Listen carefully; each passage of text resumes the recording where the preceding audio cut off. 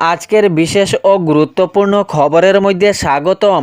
আজ হলো 14 আগস্ট 28 শ্রাবণ শুক্রবার। আজকের প্রথম খবরটি হলো 10 টাকা ও 20 টাকার নোট বন্ধ।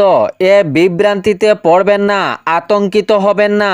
সামাজিক মাধ্যমে যদি 10 টাকা ও 20 টাকার নোটের বন্ধের কোনো ঘোষণা জারি করা হয় তাহলে সামাজিক মাধ্যমের এ ঘোষণাটি আপনি বিশ্বাস করবেন না, আতঙ্কিত হবেন না। পূর্বের ঘোষণা মতে 10 টাকা ও 20 টাকার প্লাস্টিকের নোট বাজারে আসার কথা, তা অনেক সিদ্ধান্তের পর অবশেষে রায়দান প্লাস্টিকের বা পলিমার 10 টাকার ও 20 টাকার নোট বাজারে আসবে। কিন্তু আপনি পুরনো 10 টাকা ও 20 টাকার নোট নিয়ে অনেক চিন্তিত, অনেক আতঙ্কিত।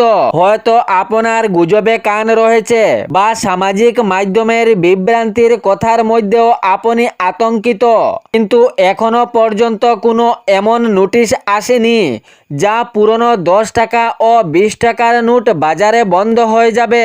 যদিও আপনি সামাজিক মাধ্যমে এ ধরনের বিভ্রান্তিমূলক নোটিশ বা ভিডিও দেখেন, ইহাতে কান দিবেন না। এখনো 10 টাকা ও 20 টাকার পুরনো নোটে কোনো নির্দেশিকা জারি করা হয়নি বন্ধের জন্য।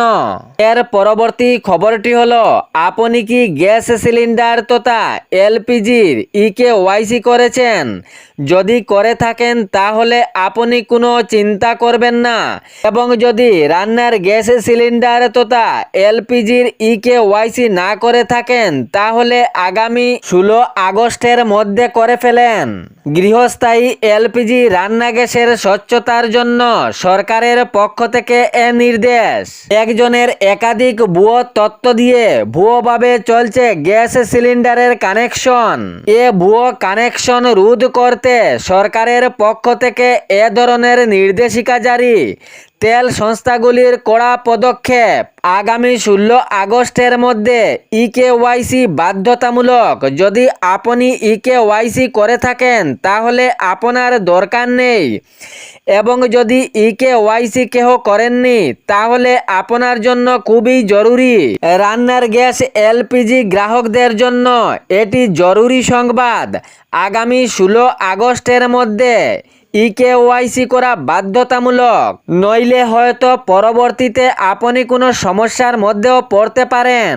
এর পরবর্তী খবরটি হলো, জাতীয় পতাকার প্রতি শ্রদ্ধা ও দেশাত্মবোধের আবেগে গত বৃহস্পতিবার সকালে হাইলাকান্দিতে অনুষ্ঠিত হলো হর ঘর তিরঙ্গা র্যালি। জেলা প্রশাসনের উদ্যোগে হর ঘর তিরঙ্গা র্যালির আয়োজিত হয়।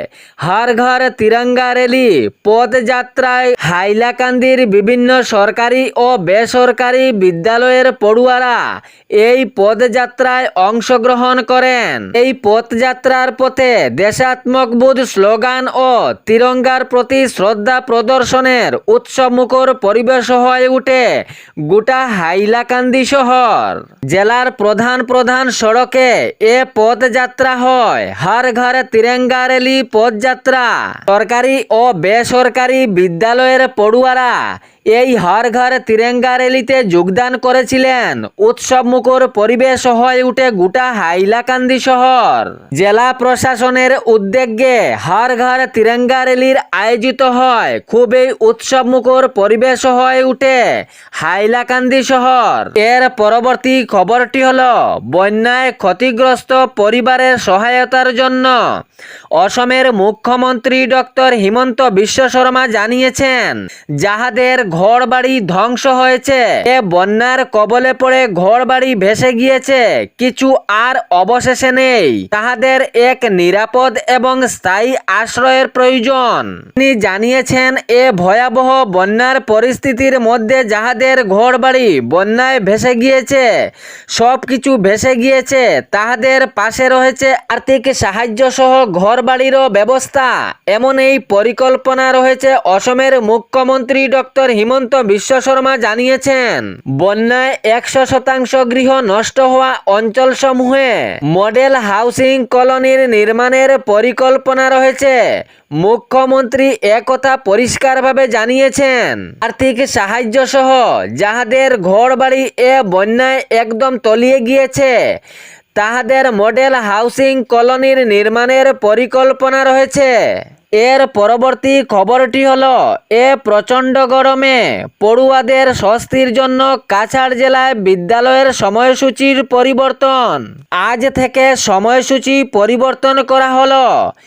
এলপিজি শুরু হবে সকাল 7:30 থেকে এবং চলবে 12টা পর্যন্ত। ইউপি প্রাইমারি সকাল 7:30 থেকে শুরু এবং চলবে 1টা পর্যন্ত। হাইয়ার এবং সিনিয়র সেকেন্ডারি স্কুল সকাল 7:30 থেকে শুরু এবং চলবে 1:15 পর্যন্ত। এ ছিল আজকের বিশেষ ও গুরুত্বপূর্ণ খবর। এরকম নিত্য নতুন খবর পাওয়ার জন্য চ্যানেলটি সাবস্ক্রাইব করে রাখবেন এবং ভিডিওটি লাইক করে শেয়ার করতে ভুলবেন না, যাতে সঠিক সংবাদগুলো অন্যজনের কাছে পৌঁছায়। ধন্যবাদ।